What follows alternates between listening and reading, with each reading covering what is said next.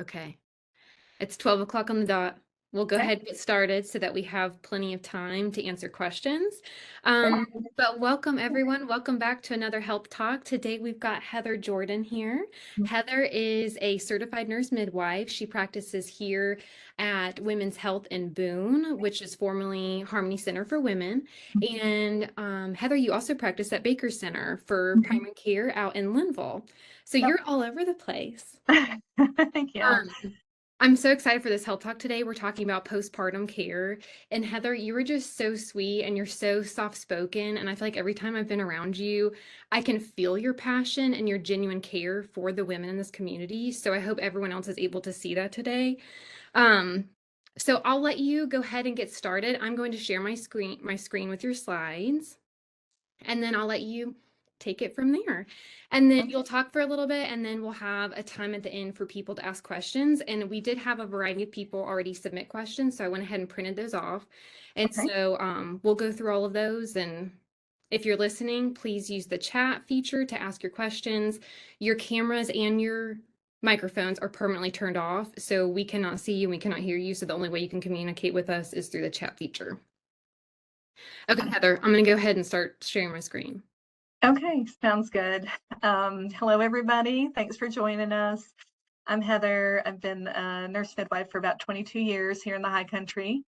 And I'm happy to work both in Avery and Watauga County. Love serving women in this community in a variety of ways. Anyone that knows me knows that I'm particularly passionate about perinatal mental health, as well as just mental health in general. I feel like it's such an important thing to speak openly about and reduce stigma and make sure that people and women in particular get the help that they need. Today, I'm going to talk about postpartum transitions, and we will talk briefly about some physical transitions. Um, but it probably will be a bit more heavy on the emotional transition after having a baby, and actually also during pregnancy. So this is sort of my list of things that I wanted to cover, and I certainly am happy to do questions after we go through some of this information. So as you can see in my notes, uh, back years and years ago, in the 70s, there was this book called Our Bodies Ourselves, and it was sort of the hippies kind of giving a nod to the fact that many women didn't know anything about their bodies or their, um, you know, physical changes that occur throughout the lifespan. And I think when women go through pregnancy, there's that whole shift in the fact that our body isn't our own anymore because we're sharing it with our baby. And then afterwards, kind of figuring out through being up with a newborn all the time. And if you're breastfeeding, kind of trying to figure out where you fit into this new uh, part of being a woman. Yeah. So we'll go through the physical and emotional and get into some of the mood disorders and some of our resources.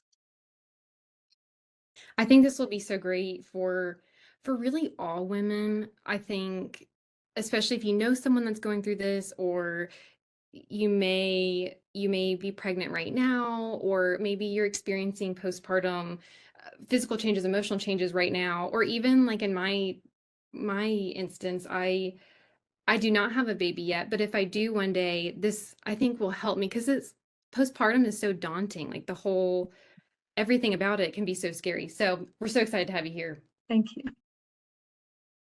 So just basic definition, postpartum is from the time you give birth all the way up to a year afterwards. Normal physical changes, some of this does depend on the type of delivery you have, Hmm. um, whether it's vaginal or cesarean. Um, I frequently tell women that your baby doesn't care which way they come out as long as they're into your arms. And sometimes people have a certain idea of how they want their labor and delivery experience to go. And sometimes it goes that way and sometimes it doesn't. And that can be a hard emotional transition, but also a physical one. If you were planning a vaginal delivery and you wind up having a cesarean and you have to deal with the physical reality of having major abdominal surgery and caring for a newborn. Um, and there's also sometimes some psychological trauma related to having a difficult delivery or a difficult birth experience. But physically, all women will have what's called lochia. It is the bleeding that you have right after you have a baby. It can be like a very heavy period, especially for the first several days. It can be quite heavy, but then it will tend to taper off. The one thing that sometimes happens is people will call or come in and say, it was almost gone, and then it's back and it's kind of heavy again. And that can happen with increase in your physical activity. So if your family has gone home that was helping you, and all of a sudden you're doing more housework or more things around the house or getting out and going to the store, sometimes your bleeding will increase slightly, but not to an alarming point. And that is your body's kind of signal that maybe you're doing a little bit too much. There can be swelling, like in your legs. So fluid retention is very common, especially the first couple, week to 10 days, 2 weeks. Usually it will resolve within about a week. Prior to our current IV fluid shortage that we are experiencing since Helene flooded Baxter down in Marion, people would get a lot more IV fluids during the labor and birth process. And sometimes that would result in more swelling. But either way, you can still have swelling. We encourage women to hydrate, if it's really bad, put your feet up above the level of your heart, like when you're elevating your legs, and just basically let women know that it will resolve and you won't be swollen forever. Yeah. Constipation, hemorrhoids. Again, it's hard if you're breastfeeding to take in enough water to be hydrated for both producing milk and for your own hydration. So that's something I encourage women to do. Hemorrhoids can come just with pregnancy and with pushing a baby out. And there's certainly over-the-counter treatments and sometimes medication that we can prescribe. Cramping is worse the first 24 to 48 hours and tends to be worse with each subsequent pregnancy as your uterus gets more distended with each pregnancy, and it can take a little bit more for that uterus to get back down to its normal size. So cramping is common. Frequently, ibuprofen is helpful for that. Weight loss, you see my reminder. It takes more than 6 weeks to put the weight on a pregnancy, and for many women, it takes more than 6 weeks to get it off. So when women come in for their 6-week postpartum and they're like, why do my clothes still don't fit, or why do I still look like this, or what is this around my belly? Be kind to yourself, be patient with yourself. It's not something that typically just falls right off, but it will get there with with attention to your self-care and eating healthy, and breastfeeding sometimes helps with that as well. Self-image, like I just mentioned, sometimes that abdominal fat that develops, vaginal changes, varicose veins. Many of these things do improve with time, but you may not go back to exactly how you looked before having a baby, and that's okay. It's part of being a mom, and it's also part of accepting, that some changes just happen with this incredible process. Breast changes, engorgement, leaking milk, all of that is very normal. If you happen to have like severe engorgement and develop redness in a breast, warmth to the touch, fever, chills, that's sort of, classic symptoms of mastitis, which is a breast infection, and that would need attention from us and usually an antibiotic to clear up. How common is that? I mean, I don't have percentages, but I would say, we get calls about it probably weekly. It just depends. I think it's more common if people are going through a transition where their baby will, all of a sudden sleep longer, and then the breast doesn't get emptied. Or if people are trying to transition, if they're weaning or something, And it's basically just the milk is not being um, drained from the breast, and so bacteria can set up and cause infection. Right. I have one more question for you while we're on this Yeah, slide, and it was yeah, going kind of back up to the top of the bullets when talking about vaginal bleeding or vaginal discharge. yeah. How, you may have said this and I may have missed it, but how long does that occur? And then at what point would a woman call you and say, I've had this for so long, or it's been incredibly heavy and it hasn't gotten better? At what point would you call, at what point is it not normal? I guess is what I'm trying to Yeah. say. No, that's a good question. And I actually didn't say that, but most women will bleed for 2 to 4 weeks Okay. after having a baby, not heavily, but have to wear a pad or something like that. If at any point postpartum you are soaking a pad an hour Mm. and it's, not lightening up, that warrants, acute evaluation. Most people, by the time of their 6-week postpartum visit, have stopped bleeding. Occasionally, people will still be having some spotting or light flow at that point. Mhm. That's not completely abnormal, but we do usually kind of get a little more information, make sure there's no other signs of infection. If people are having, where their bleeding was fine, then all of a sudden it's increased, plus they're having some abdominal tenderness, that can sometimes be a delayed postpartum endometritis where there is some infection that needs to be treated. So I'd say if the flow is super heavy, if you have clots that are more than like silver dollar size and heavy bleeding, those are reasons to call or go into the hospital if it's excessive. Um, and, I think usually it's sort of a tapering off that's typical, but some people will have, and you can also get a period by the time you're at your 6 weeks. So some people will be like, well, I thought I was done. And then I just had what might have been, what felt like my period. And it probably was, especially if you're not breastfeeding, because that can certainly delay your period coming back, even up to a year, sometimes longer if you have a baby that nurses very frequently. Wow. Yeah. That's all really good information to know. I also wanted to note too, I really liked when you were talking about weight changes. I really liked how you said be kind to yourself. I love that. Be kind to yourself and be patient. I thought that was a really nice way to put it, that we need to be kind to ourselves. Yeah. It's important at all Mhm. phases of our lives, I I think. know. Yeah. Um, so these are some like urgent postpartum warning signs. And these are things where, this isn't, oh, let's see how it goes, or maybe it'll get better. This would be you call, and if you don't get an acute appointment, then you go to the ER. So if you are postpartum and you go home and you have a headache that won't go away or gets worse with time, and usually with preeclampsia, which can happen, anywhere from late second, early third trimester, all the way through the first couple weeks of postpartum. One of our telltale symptoms that we have women watch for would be um, if you have a headache that doesn't go away with normal measures. So frequently I'll tell women if you have a headache, you should hydrate well, make sure you've drank plenty of water. You should make sure you're eating something with protein and not just carbohydrates. Mm. So you're getting rest and take some Tylenol. If you do all those things and you still have a headache, you need evaluation.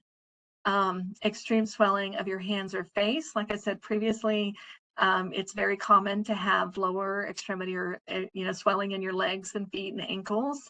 But if that seems like it's extreme, or you're also noticing it in your hands and face, we want to evaluate you for that. And then severe nausea, vomiting, throwing up, dizziness, fainting. These are not things that you should wait out. Um, and I'll come back to the thoughts of harming yourself, but visual changes is another one that can be reflective of preeclampsia. If you see flashing lights, spots before your eyes, like stars, things like that, that just look different, that can be related to preeclampsia. Trouble breathing, chest pain, shortness of breath, just to walk across the room. So, many of us are exhausted. And when you have a baby and a newborn, and, you can say, like, well, I feel tired when I go up the steps or if I, walk around too much. But the type of shortness of breath where just going from one side of the room to the other, you're Mm. winded. That can be a sign of something called postpartum cardiomyopathy, which is a change in your heart, and it needs to be evaluated. So, not to create paranoia in any of our postpartum women out there, but this is it's not something that it would be something where you're having even a hard time speaking, getting words out, that kind of shortness of breath. Wow. There are also some other conditions like pulmonary embolism, things like that, that could cause severe shortness of breath. But anything like that that seems significant needs evaluation right away. That's Fever, a call to 911 at that point and not just calling your office. that's a go to the emergency department. So depending on how acute it is, like if you're able, get someone to take you to the ER, but if not, yes, you could call 911. Okay. The fever again could pertain to either mastitis or a uterine infection, which we would call endometritis. Um, Heavy vaginal bleeding or discharge we talked about, and then severe swelling, redness, or pain in your arm or leg could be a blood clot. Women who are pregnant or early postpartum are in what we call a hypercoagulable state. So that means that your likelihood of developing a blood clot is much, much more than prior to pregnancy or postpartum. So if there's an area that is red, hot to the touch, painful, that needs to be evaluated. And what we would do with that is order a stat ultrasound where they look at it's usually called a duplex ultrasound, and they look for the sign of a deep vein clot. Mm. Okay. Getting into the emotional changes. So most women are aware of the fact that baby blues is something that I'd say the vast majority of women experience as the hormones are Yeah. shifting right after you have a baby. People will find themselves crying. They don't know why. They don't feel sad. All of a sudden they're crying. They're watching a commercial, makes them feel very emotional, or they're just crying because they feel so blessed and happy. And that is frequent and usually is kind of the first couple weeks of postpartum. Sometimes during that time, you can have some increase in anxiety about, am I doing all the right things with my baby? Is baby getting enough to eat? Um, and as I have there, sleep deprivation can also contribute to worsening anxiety. And I tell a lot of my patients that sleep deprivation helps no mental health disorder. So if you have depression and you're sleep deprived, it feels worse. Anxiety, same. So the early postpartum period is a bit of a setup for worsening mental health because of the fact that you're frequently up with your newborn. Right. Um, the basic baby blues usually go away within the first couple weeks. But if it lasts longer than that, it can indicate that you have postpartum depression and or anxiety. Um, and the things that can be beneficial during this time period and somewhat protective is if you are attentive to self-care, you are utilizing the help of the friends and family that want to help you. And that may not mean helping you by holding the baby. It might mean letting you hold your baby and they are doing the laundry, cleaning Right. your house. Frequently people want to like come in and hold your baby for you, but many women, that's not what they want or need. They actually they want to do that part and not the other part. Yeah. Sleep and bonding time are also positive influencers then, but negative would be if you have limited social or family support, poor sleep, or if you have pre-existing mental health issues. Mhm. If a woman were to have pre-existing mental health issues, is that something that you talk about with her while she's in for her appointments and kind of giving her a heads up of this could happen or this is what to expect? And if this were to happen or you notice these symptoms or these signs, here's what we can do? Yeah, so I feel like all of us do try to be pretty tuned into this part, but we have many women who have a history of anxiety and or depression that are not on medication during pregnancy, either because they never felt like it was bad enough, or some people certainly have anxiety about taking medication while they're pregnant. Mhm. And I can understand that. I don't tend to want to take a lot of medication myself, but I have seen enough people struggle with mental health disorders during, after, and nowhere related to pregnancy, that I think it's important to talk to women very openly about where they're at with their mental health. If there's that history, then I try to ask people, how are you doing with your anxiety, or how are you doing with your depression? And some women will say like, well, pretty good, but it's getting worse, or I feel like I'm getting more nervous about this or the other. And one thing that I really tell them is that if they are already noticing that during the pregnancy, it is a good idea to consider pursuing some treatment, including medication, prior to the baby getting here, because most medications will take 2 or 3 weeks to start to make an impact, and Right. 4 to 6 weeks for full effect.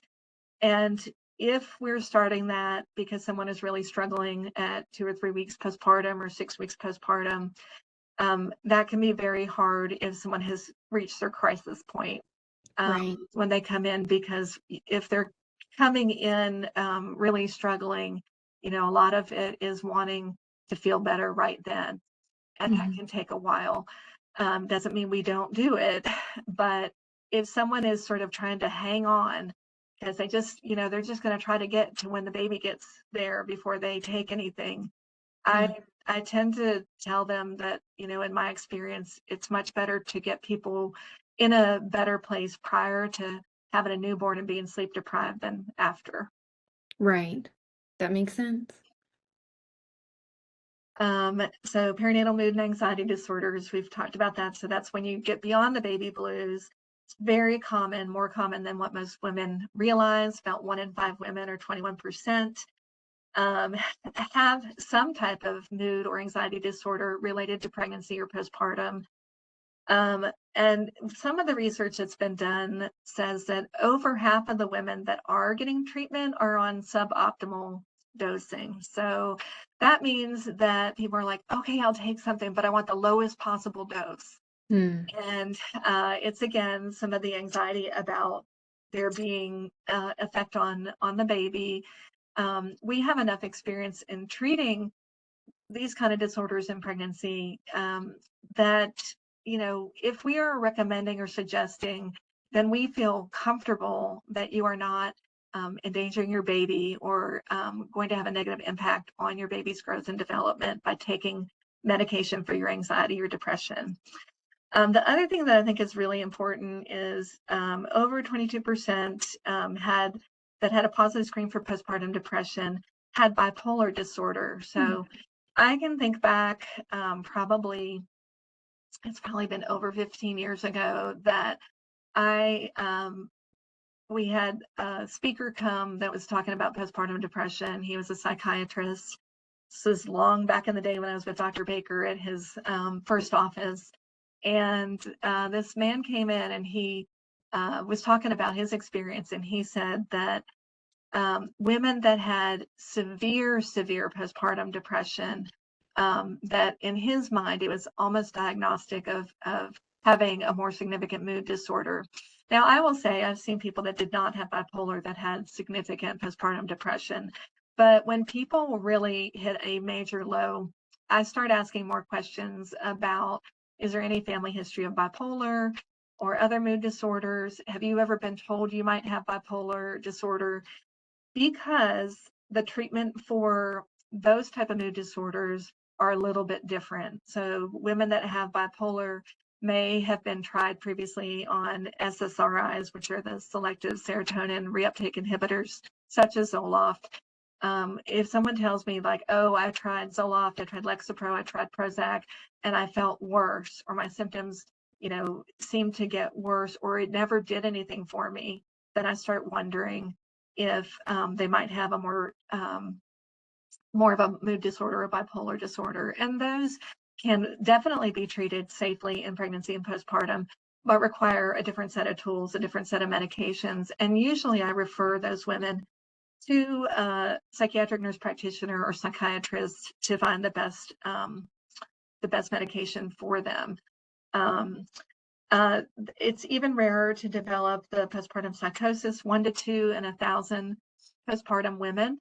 But when that occurs, it is major and life-threatening. And if women have signs or symptoms of that, which can include, delusions and seeing things, hearing things, it really should require going to the hospital. The last thing I have on this slide is, I think when I saw this statistic, it's daunting, but also why it's so important to talk about these problems. The number one cause of death in the postpartum period fluctuates between suicide and postpartum hemorrhage. Wow. And I don't think many people realize that, but this is why we have to talk about, perinatal mental health. It's important. Wow. So, Okay, this slide has the videos. Would you like me to play yeah, the video? we'll just play the top one. Others can at a later point pull up the other one, but this is something that was put out that I do think reflects some of the things that I've heard from postpartum women, and it is a bit tough to watch, but again, I think it's a good thing to watch. Okay, I'm gonna hit play. I hope everyone will be able to hear the sound. I'm a terrible Heather, mother. can you hear it? What if people find out I've made a mistake?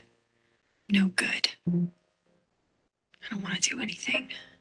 My baby, she'd be better off without me. I'm a failure. It would be better if I was gone. What am I saying? That's crazy. There's something wrong with me. I can't do this anymore. All I wanted was to be a mom. All I wanted was to be a mom. I don't feel anything. Nothing. I'm empty. I'm a robot going through the motions. I can't give up. I can't go on. I want to die. All I wanted was to be a mom. All I wanted was to be a mom. I'm so alone. My baby deserves more. Nothing. I'm empty. I'm empty. What if I let the stroller go? What if I drop her? What if I do it on purpose? Oh God, what's wrong with me? I'm crazy. I'm crazy. All I wanted was to be a mom. All I wanted was to be a mom. How much milk has she had? She's starving. A terrible mom. 10 ounces in the morning. I'm empty. How many diapers has she filled? I have to clean the house. I have to clean the house. I can't sleep. I'm so tired. All I wanted was to be a mom. All I wanted was to be a mom.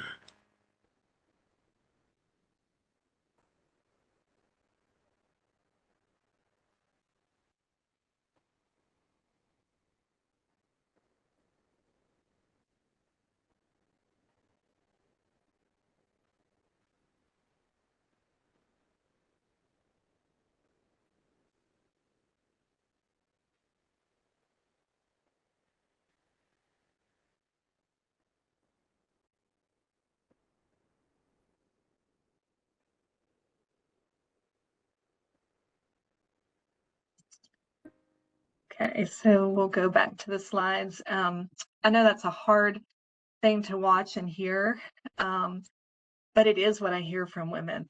And sometimes women come in and they are scared by the thoughts that are in their head.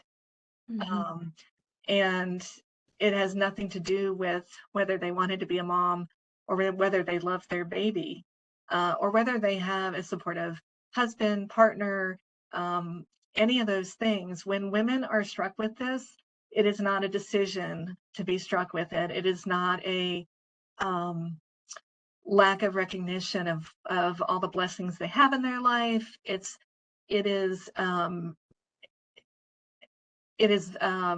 what's the word I'm looking for? Biochemical. And it's a personal struggle for these women to deal with the feelings that are in their head and feel like if they were to say them, women worry, if I say this, someone might come try to take my baby, or people are going to think I'm crazy, or so it's one of those things where I think it's important to realize, like, it does get to this point. It gets to the point where people are just in their head with these thoughts, ruminating, and there's help for it. So I know we're starting to run short on time, so I'm going to try to hit some of these things. The risk factors for these types of disorders are, as I said before, prior history of a mood disorder, whether it's anxiety, depression, bipolar, diagnosed or undiagnosed. Many women have never taken anything. And when I say, have you ever struggled with anxiety or depression before, when you were a teenager, when you were in high school, when you were in college? And people will be like, oh, I've struggled with this for years. I just never have been diagnosed or treated. So that's one thing. When people have PMDD, which is premenstrual dysphoria disorder, I think about that as like PMS on steroids. It's women that are pretty debilitated by their premenstrual symptoms. That is also something where it seems to be something that predisposes you to these disorders. And then thyroid disorders, diabetes, and then of course sleep deprivation. Zachary Stowe, and I'm trying to remember what his role was, but he was mentioned in a perinatal mental health conference that I went to. And he said, exposure always occurs, be it to treatment or illness. So when people are thinking about, like, well, I am really anxious, I'm not really sleeping, or I'm really depressed and I'm not really interacting with my family, but I don't want my baby to be exposed to this medication. It makes me really nervous. I will, I'm never going to push medication on someone, but I will say, you have to also recognize what happens in your body when you have untreated mental illness. So if you have untreated anxiety, and you are living your day-to-day life in a constant state of fight or flight, where you're fearful and anxious and feeling stressed, sometimes to the point of not eating well, not sleeping well, that also has an impact not just on you, but on your baby if you're pregnant, or postpartum if you're trying to take care of your baby. So again, I want to make sure I'm clear that not everybody needs medication. But I do want to destigmatize the use of medication, and also to clarify the safety of it. So if someone's going to take it, it's important to take it with adequate dosing. I just recently saw a patient who had been started on medication quite a while back. And I said, well, how's it going? Is it working? And she's like, I mean, I'm still really anxious. Well, she was on the lowest therapeutic dose of that medication. And I was like, this is Zoloft. The lowest dose usually that works for people is 50 milligrams. It goes up to 200 milligrams. Many people are somewhere on it between 50 and 100. So if you're on an antidepressant or anti-anxiety medication, it's important to be on, treat to effect. There's no point in taking it if it's not helping you, or it's barely helping you. And if it's not helping at all, there are other options. So as it says there, the SSRIs are the most studied medications in pregnancy. There's been no consistent fetal malformations or abnormalities documented. So basically the percent of people that have birth defects noted, it's similar to the general population, which is 3%. So the ones that we probably use the most in pregnancy, Zoloft, prior to, during, and after pregnancy, because it's been used for so many years, but also Lexapro. We sometimes use Wellbutrin. There's a lot of them. And if somebody is stable on a medication, I should have said this at the beginning, we don't automatically take them off of a medication. So sometimes there are women who have tried and failed multiple medications, and they're finally stable on one, and they might go to another provider and tell them, I'm pregnant, and they're like, oh, stop everything.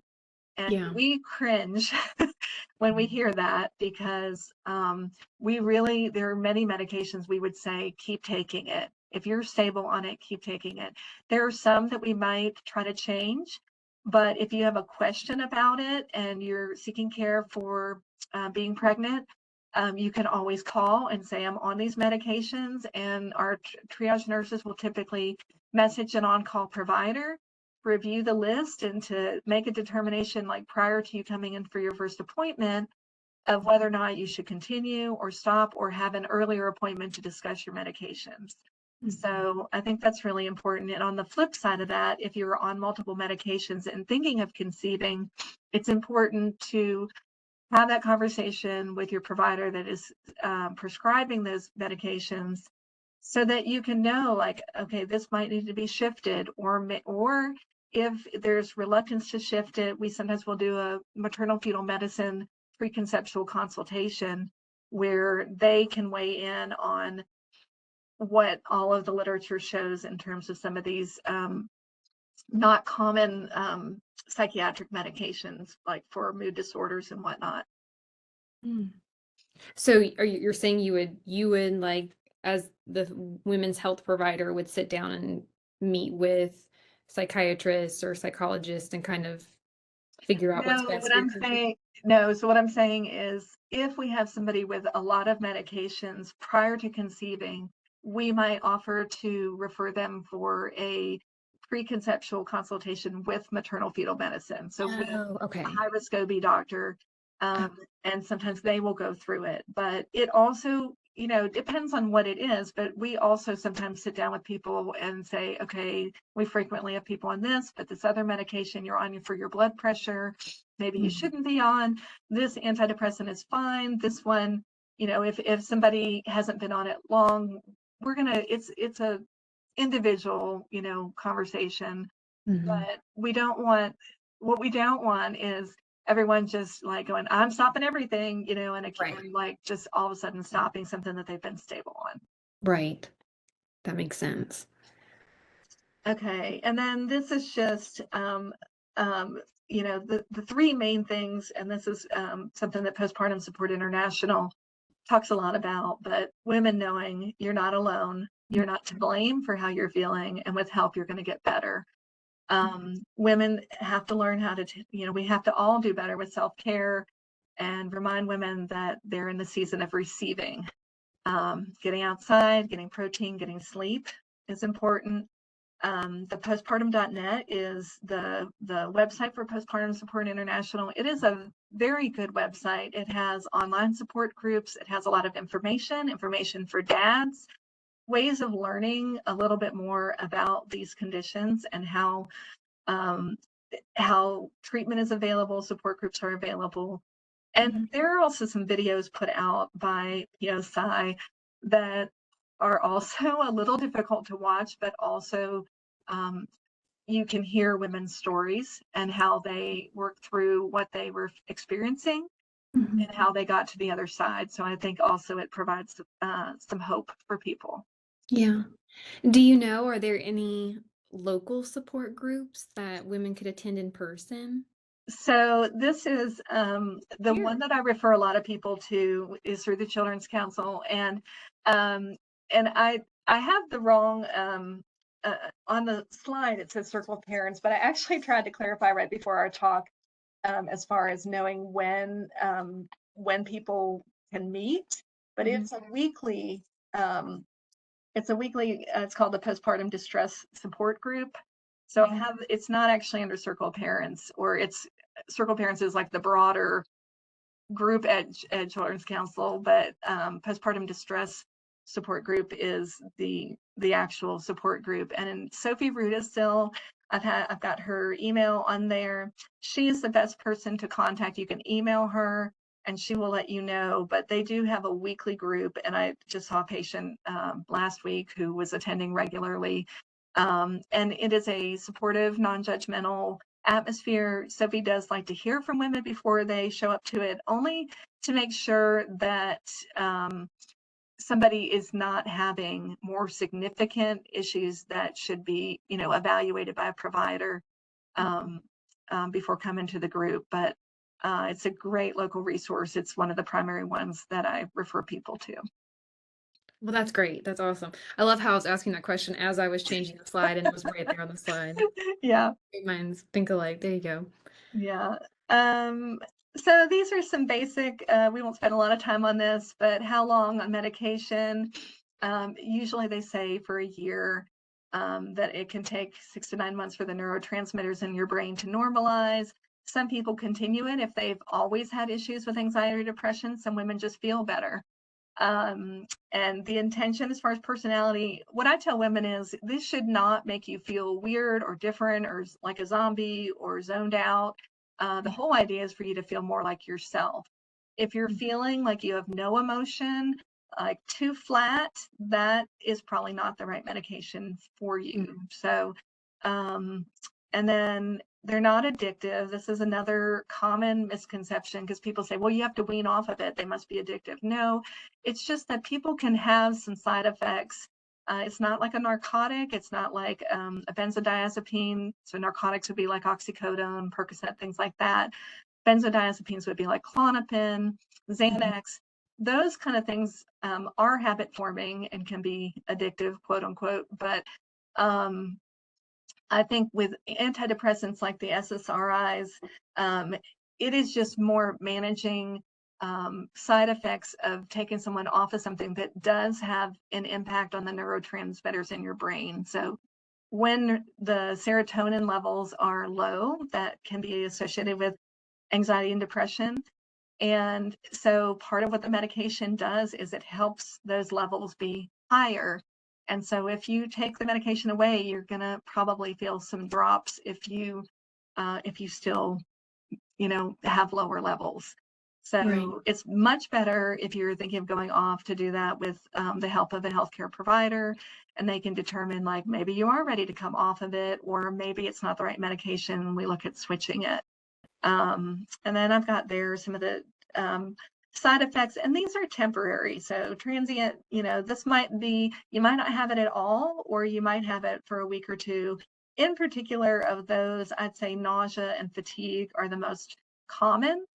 And they do usually improve within about 2 weeks or so. Okay. Well, I'm going to stop sharing our screen here. Okay. And then I'm going to see if there are any questions in the chat. It doesn't look like we have any questions here. My list of questions that I had that people submitted, you actually answered a lot of them, but since we're short on time, I'm just going to ask a few here. Okay. So one person asked, what are some ways to ease pain and discomfort after childbirth? And what are your thoughts on pelvic PT? It's so funny. As soon as you started talking, I'm like, oh, I didn't even talk about that. I probably should have. So as far as you said the pelvic discomfort afterwards, it depends on what it is. So in terms of like if you have a laceration or an episiotomy and have discomfort from that, a lot of that is giving it some time and not overdoing activity. I would say most women with stitches will start to feel better within a couple weeks, and then it gets better and better from then on. And so that's just kind of basic what we call peri-care, where you're making sure you're keeping the area clean and dry and changing pads frequently if you need to. In terms of like more the pelvic, if you have like pelvic groin pain or feeling like the pelvic joints are really loose, sometimes using like even the pregnancy belts that help stabilize your pelvic joints can help with that. With things like prolapse or cystocele, which is when the bladder kind of drops down into the vaginal, the anterior vaginal wall, or the rectocele is where you have the rectum pushing up into the lower part of the vagina. Those kind of things, as well as like just general, loss of some of the muscle tone down there, definitely can be benefited by pelvic floor PT. And I do feel like a lot of women are taking advantage of it. Two of our local resources that we certainly, I talk to people about, I think all of providers do, is there is Breakthrough PT and Wonder PT. I think it's pelvic PT. Yeah. And they both do a great job. And they will work with women for as long as they, feel like they need it. Some women go prenatally I'm stumbling over my words, prenatally, and do that kind of in preparation for birth, and then other people do it postpartum. I think a lot of times, if someone is concerned in the first week or two, I encourage them, like, give your body a little bit of time. I mean, a lot of those initial changes will improve quite a bit in the first 6 weeks, but you can do some things prior to delivery, and then I encourage women to reach back out to the pelvic floor PT specialist, when they get closer to 6 weeks, and see, what to do after that. Yeah. Well, Great thank you, question, though. Heather. We're right on time to end. We actually scheduled this one for 45 minutes, so I'm glad that we did. But thank you so much for being here today. And I think everything course. that you talked about, it's just so important and something that we need to be talking about more. And if Really people kind of- have more questions, I mean, obviously I'm here working every day just about, but my contact information is there. And I also have an email, but whichever way, I'm happy to answer other questions. Or Madison, if you want to forward me the ones that maybe weren't answered, I don't know if those people gave their names or whatever, I'm happy to look at that as well. Okay, well, thank you so much, Heather. Yeah, I could be happy to send you these questions that we've got here, and perhaps you can give little brief answers to them, and I can send that out when I send out the slides. That sounds great. Okay. Okay.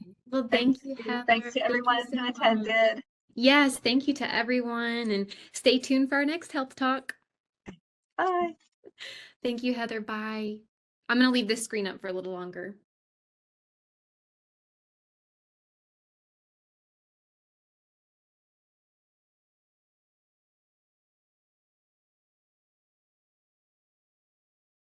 Okay, y'all. Thank you so much for attending. I hope you have a great rest of your day. Stay warm out there, and be on the lookout for an email from me with the slides from this health talk, and I look forward to our next one. Thank you.